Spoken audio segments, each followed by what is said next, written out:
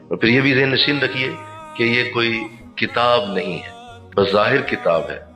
یہ زندگی ہے، بلکہ یہ زندگی کی بھی زندگی ہے، یہ اتنا زندہ ہے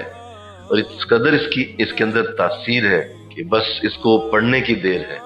دلوں کو موم کرنا اس کے لیے کوئی مشکل نہیں۔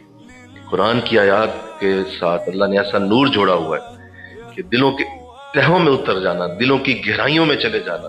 یہ قرآن کے لیے کوئی مشکل نہیں۔ لیکن شرط یہ ہے سامنے سینہ بھی وہی ہو جو قرآن کی آیتوں پہ ایمان رکھتا، اور میرے رب کی محبت، میرے رب کا پیار، میرے رب کا میرے ساتھ کلام ہونے لگا۔